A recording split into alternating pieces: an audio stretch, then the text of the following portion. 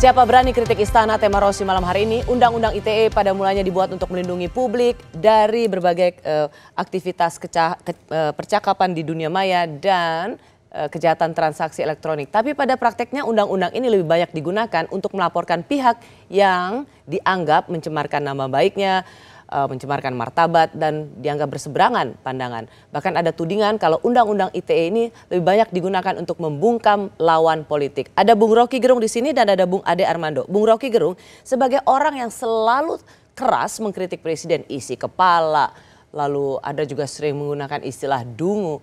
Kan nggak pernah kan ditangkap polisi?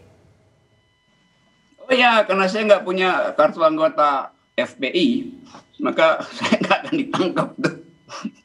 Tapi coba saya terangkan ya, ini barusan tadi 2-3 jam lalu, ini ada berita bahwa saya akan dilaporkan ke polisi itu oleh seseorang yang merasa saya menghina presiden. Karena kemarin saya memang terangkan di FNN, karena ditanya oleh Harus Beno Arif, saya bilang bahwa ini perhatikan ya, presiden itu tidak paham demokrasi.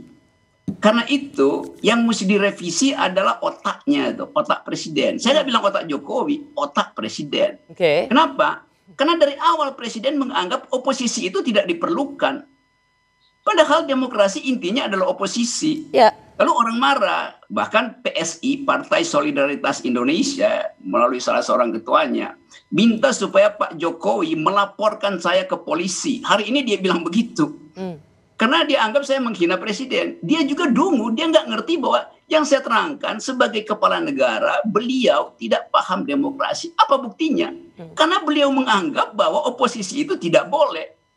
Kan itu diucapkan oleh presiden. Jadi bayangkan, ini barusan presiden kemarin bilang supaya hormati perbedaan pendapat. Sekarang pendukung presiden mau melaporkan saya ke polisi. Ini laporan yang keberapa kalau dari seluruh aktivitas percakapan politik Bung Rocky? Laporan yang Mungkin keberapa? Ada 12 laporan ada 12 laporan di Barreskrim yang kadang-kadang saya ketemu dengan polisi juga bingung bagaimana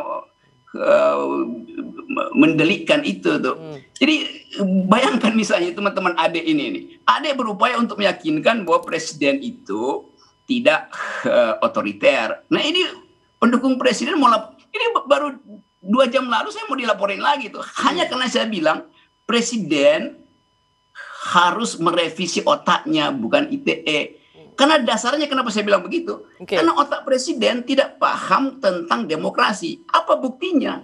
Presiden tetap menganggap oposisi itu nggak penting. Jadi presiden mesti ganti dulu narasinya. Dia mesti minta maaf dulu, bilang bahwa memang saya salah. Saya bilang dulu oposisi tidak penting. Ternyata oposisi penting, karena itu saya minta kritik. Kan itu logikanya kan? Oke, cuma dari 12 laporan tidak dihargai. Dari 12 laporan ini kan belum ada yang diproses ya, Bung Rocky. Maksudnya segini, saya ingin memberikan sampel orang-orang yang begitu. Saya udah 4 kali dipanggil polisi untuk hal-hal semacam ini. Jadi, bukan saya nggak diproses itu berkali-kali saya dipanggil polisi itu. Oke, Bung Ade, bagaimana menjelaskan bahwa pendukung Pak Jokowi juga tidak paham tentang apa yang disebut dengan demokrasi.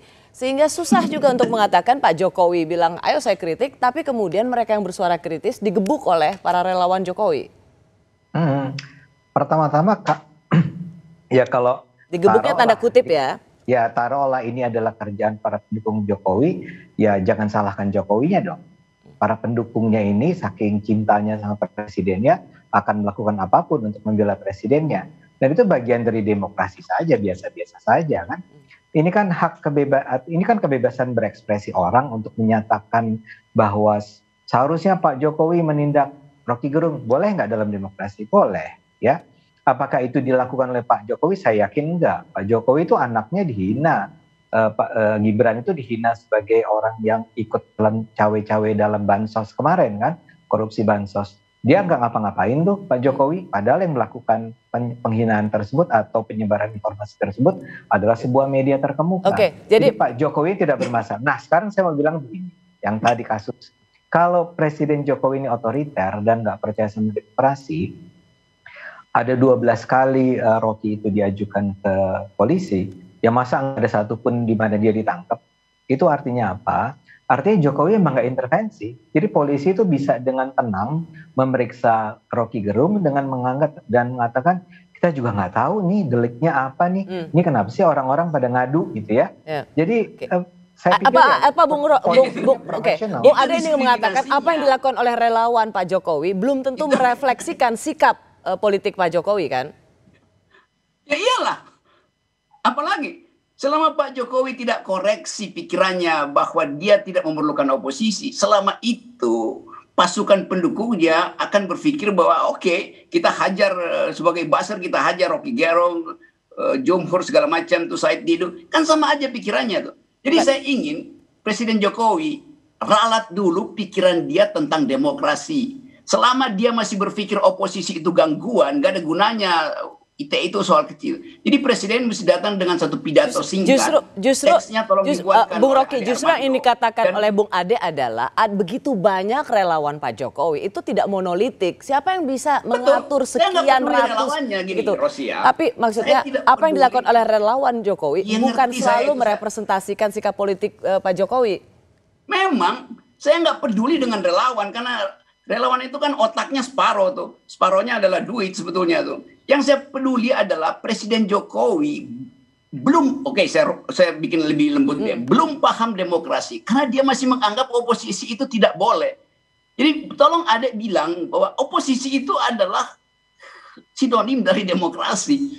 Nah turunannya nanti baru undang-undang ITE. Jadi selama paradigmnya nggak berubah, karena itu saya minta revisi otak presiden. Bukan Jokowi, tapi sebagai presiden dia harus tune in dengan ide oposisi. Itu intinya. Jadi jangan diputer-puter. Saya mau clear dari awal bahwa negara ini negara demokratis. Oleh karena itu oposisi dimungkinkan. Presiden tidak boleh mengatakan bahwa dia tidak memerlukan oposisi. Itu artinya dia tidak paham demokrasi. Itu logikanya begitu. Saya rasa ini Pak sangat relevan dijawab oleh seorang Ade Armando yang selama ini juga sangat penggiat kebebasan berbicara. Ya, saya sampai sekarang nggak ngerti kenapa isu oposisi ini menjadi seperti inti dari pembicaraan kita mengenai. Loh, presiden bilang begitu, dia tidak perlu oposisi. Iya. Karena itu ada yang mesti buka pikirannya. Enggak. Ini cuman hulunya ada di situ, hilirnya ITE. Bung Rocky, tapi tolong kami diingatkan. Air kotornya sampai ke hilir itu soalnya. Oke. Begini, Bung Ade, sebentar. Bung Rocky, aku ingatkan dulu penonton, kapan sih presiden bicara bahwa dia tidak membutuhkan oposisi? Saya nggak tahu, saya nggak tahu. Tapi no. Saya justru mau nanya ke Bung Rocky, mengingatkan kita kembali, kapan persisnya, ini buat Bung Rocky Gerung, kapan persisnya, tolong ingatkan kami kembali, kapan persisnya Presiden Jokowi mengatakan secara lugas seperti itu tidak membutuhkan oposisi? Secara lugas dan dengan ekspresi yang ketat. Sekarang saya jawab itu, tolong hentikan sebentar pembicaraan kita. Silahkan Rosi sebagai jurnalis suruh staf Anda Google cepat-cepat Jokowi dan oposisi. Coba lakukan aja. Tapi saya boleh komentar. Ya, oke. Saya mencoba ingat tidak membutuhkan oposisi. Apakah itu dalam forum oposisi itu bukan demokrasi Pancasila. Oposisi itu tidak kita perlukan. Oposisi itu menghalangi macam-macam. Cari pidatonya itu di belakangnya ada masa tuh pidato presiden begitu. Masa jurnalis nggak pernah tahu soal semacam itu? Bang Ade, apa Anda melihat ini sebagai sebuah pidato presiden yang dipegang sebagai karakter seorang presiden yang otoriter? Ya jelas dia ucapkan itu. Enggak. Saya mau tanya Bung Ade. Ya. Nggak tahu itu kalimat pertama, saya juga nggak tahu kalimatnya seperti apa, konteksnya kalau itu jangan ngomong, nggak tahu. Ya, nah karena saya nggak tahu kalimatnya, saya menghindar dari pembicaraan itu, Rocky ya. Saya nggak mau. Karena itu saya katakan tadi bahwa kalau hulunya nggak diberesin, nggak ada gunanya saya juga bicara. Jadi presiden kedua memang isunya yang saya tahu kita sedang bicara tentang seberapa jauh kita bisa mengkritik. Mau oposisi mau saya sendiri sebagai pendukung Jokowi, saya boleh nggak mengkritik? Misalnya urusan Jerry Nuril Baik yang saya sebut, Prita Mulyasari yang saya sebut ya. Itu sama sekali had nothing to do dengan soal Pak Jokowi, tapi mereka kemudian terkena efek dari keberadaan Undang-Undang ITE. Makanya saya setuju bahwa Undang-Undang ITE ini perlu direvisi. Adapun mengenai Pak Jokowi, pernyataan dia tentang ayo Oposisi. kritik saya, enggak yang Oh. kritik. Kita kan bicara tentang Ya. kritik. Enggak, karena saya Kritik begini, enggak saya mesti saya baru gini. saya baru Misal mendapat begini. Ros, Tadi kan ya. mencari sumber. Ini kan ini yang apa yang dikatakan oleh Bung Rocky ini penting. Benarkah seorang presiden mengatakan tidak membutuhkan oposisi? Saya ingin diminta dengan rendah hati mengatakan tolong ingatkan kami. Apakah betul Presiden? Saya diingatkan bahwa betul Presiden Jokowi mengatakan yang tidak dibutuhkan itu adalah konteksnya oposisi yang menebarkan kebencian yang diucapkan di JCC 14 Juli. Gitu loh Bung Rocky. Jadi Ya memang. oposisi yang menebarkan kebencian Bung Rocky. Ya. Ada Jadi, konteksnya. Betul. Iya saya terangkan ya. Akhirnya presiden mesti kasih predikat tambahan oposisi yang menyebarkan kebencian itu. Artinya dia nggak paham bahwa oposisi itu final dalam demokrasi mau apapun. Jadi nanti dia bilang oposisi yang menyebarkan kebencian yang dilakukan pada hari ini. Jadi panjang kan. Jadi dia nggak ngerti bahwa oposisi itu tidak boleh dikasih predikat tambahan. Mau menyebarkan kebencian, menyebarkan pujian. Oposisi hanya boleh yang menyebarkan penghargaan, pujian. Itu ngaco juga kan. Kan itu poinnya tuh, logiknya begitu. Apapun pokoknya oposisi boleh melakukan apapun tanpa predikat apapun. Iya. Itu nanti diukur di hukum, dalam hukum, bukan dengan udah dikasih batasan oleh presiden. Itu kacaunya pikiran beliau tuh. Oke, Bung Ade, jadi kita clear ya. Apa yang ingin disampaikan oleh Bung Rocky, kenapa presiden dianggap tidak paham demokrasi? Karena melihat oposisi saja dengan, padahal waktu itu konteksnya, kalau kita melihat secara ini konteksnya adalah oposisi yang menebarkan kebencian. Sehingga itu membuatnya tidak paham demokrasi. Tapi kembali saya ingin ingatkan bahwa pembicaraan mengenai kritik terhadap pemerintah itu tidak mesti dilakukan oleh oposisi, ya. Misalnya saja, apakah majalah Tempo itu bisa kita kategorikan sebagai majalah oposisi? Ya enggak, majalah Tempo sedang menjalankan perannya sebagai watchdog dan kemudian dia menampilkan informasi-informasi yang kritis mengenai pemerintah. Nah, apakah Tempo kemudian dianggap sebagai bagian dari oposisi dan karena itu dia adalah bagian dari yang diserang oleh Jokowi? Saya rasa tidak. Saya rasa kembali ke inti masalah ya. Apakah pemerintah saat ini adalah pemerintah yang anti kritik, pemerintah yang tidak paham demokrasi, pemerintah yang sekedar pencitraan ketika dia mengatakan kritik kami atau ketika dia mengatakan kita ubah undang-undang ITE? Saya rasa enggak. Dan kita sebagai masyarakat yang pro pada kebebasan bicara, berpikir, justru harus terus mendorong Pak Jokowi agar Pak, kami mendukung sepenuhnya. Karena saya yakin ada banyak pihak yang sebetulnya juga tidak terlalu nyaman dengan ide untuk merevisi Undang-Undang ITE ini, bahkan di kalangan pemerintah sendiri. Jadi kita berada di belakang kami, bukan kita ya, kami berada di belakang Pak Jokowi untuk ya melakukan langkah-langkah yang sangat penting, sehat bagi pertumbuhan demokrasi di Indonesia ini. Jadi kalau saya misalnya ini mengatakan, Anda merasa bahwa Undang-Undang ITE ini digunakan oleh kekuasaan untuk membungkam kritiknya? Anda nanya ke siapa, Ros? Ke Bung Hade. Apa? Apakah saya menganggap bahwa Undang-Undang ITE ini sebagai penggebuk atau pembungkaman bagi suara-suara kritis pada kekuasaan saat ini? Oh, itu yang saya katakan. Saya sih tidak melihat itu ya, tidak melihat indikasi itu. Tapi begini, kita memang harus. Ya karena tidak ada bukti yang cukup untuk mengatakan bahwa, makanya saya misalnya tadi mau menggunakan contoh Raffio itu dalam rangka ketika Raffio mengatakan bahwa oke, saya mengalami doxing, bullying dan seterusnya gara-gara saya mengungkapkan bahwa ada staf presiden yang terlibat dalam saya lupa kasusnya apa, tapi kasus milenial. Kasus ya staf milenial itu terlibat dalam apa sih? Saya lupa, bantuan apa gitu ya. Poin saya adalah bahwa, ya kan nggak bisa Anda tiba pada kesimpulan itu tanpa bukti yang cukup untuk mengatakan bahwa serangan terhadap Anda itu dilakukan oleh penguasa, pemerintah, ya.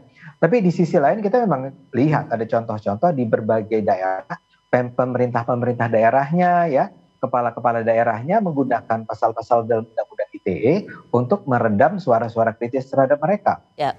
Yang saya katakan adalah bahwa kalau dibilang bahwa pemerintah kekuasaan itu meredam suara kritis dengan menggunakan Undang-Undang ITE, maka jawaban saya adalah saya rasa sih kalau Pak Jokowi ya itu tidak, orang-orang terdekatnya juga kayaknya tidak. Tapi apakah kementeriannya ada yang begitu? Ya, apakah ada orang-orang di partai yang begitu? Apakah ada bupati, wali kota yang begitu?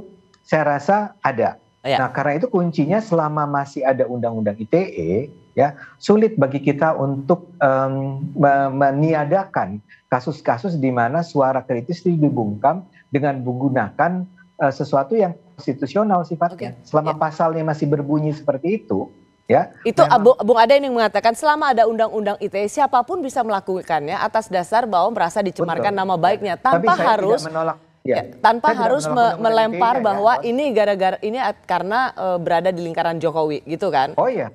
Oke. Makanya saya gunakan contohnya saya sendiri jadi korban tanda petik kan ya. Tapi saya ke Bung Rocky dulu boleh untuk mendengar pandangan dia? Silakan. Bung Rocky? Selama presiden tidak paham demokrasi, tidak ada gunanya mempersoalkan undang-undang ITE. Kenapa Anda tetap di situ ya, bahwa Anda melihat bahwa Presiden Jokowi tidak paham demokrasi sehingga tidak ada gunanya berbicara soal demokrasi. Dan memang karena ini menu utamanya adalah demokrasi itu. Bung Rocky, bagaimana dengan pertanyaan sederhana? Kalau seorang Presiden Jokowi tidak paham demokrasi, orang seperti Bung Rocky kan udah ditangkap dari dulu. Orang yang kritis juga banyak, udah ditangkap lebih dulu gitu. Kalau seorang presiden, saya terangkan sekarang karena saya nggak punya kartu anggota Muhammadiyah, nggak punya kartu anggota FPI, maka saya nggak akan ditangkap, nggak ada gunanya kan. Kan itu sebetulnya makropolitiknya itu. Kan presiden baru bereaksi, oke kita revisi undang-undang ITE, padahal kritik itu udah dilakukan oleh Asfinawati, Haris Asrar, Fadlizon bahkan segala macam itu dari awal, dari periode pertama presiden itu. Sekarang kenapa presiden tiba-tiba mengalami pencerahan supaya undang-undang itu direvisi? Ya karena ditegur oleh Yusuf Kalla dan SBY, kan itu soalnya kan. Jadi ini mau nyogok supaya SBY dan Yusuf Kalla nggak nyalonin diri lagi jadi presiden 2024 karena juga potensi kembali SBY dan YK misalnya kan. Nah saya bukan mengolok-olok tapi ya kita lihatlah burning isunya itu momentumnya justru presiden baru ngomong itu setelah ditegur oleh Yusuf Kalla dengan satire dan dikritik secara sangat tersamar oleh SBY. Kenapa baru setelah itu presiden minta revisi? Itu artinya presiden diskriminasi terhadap pendapat warga negara. Kalau SBY aja diladenin, kalau Yusuf Kalla ketakutan itu. Kenapa kalau orang lain bilang revisi undang-undang ITE dari 5 tahun lalu terus menerus setiap kali ada seminar, webinar itu baik, Bu Rocky. Presiden diam aja. Kita harus karena break. Dia tidak paham demokrasi. Tapi saya sudah dibilang harus break. Tapi ada pertanyaan saya mengusik. Siapa bilang Presiden Jokowi takut dengan SBY dan JK? Kami kembali sesaat lagi.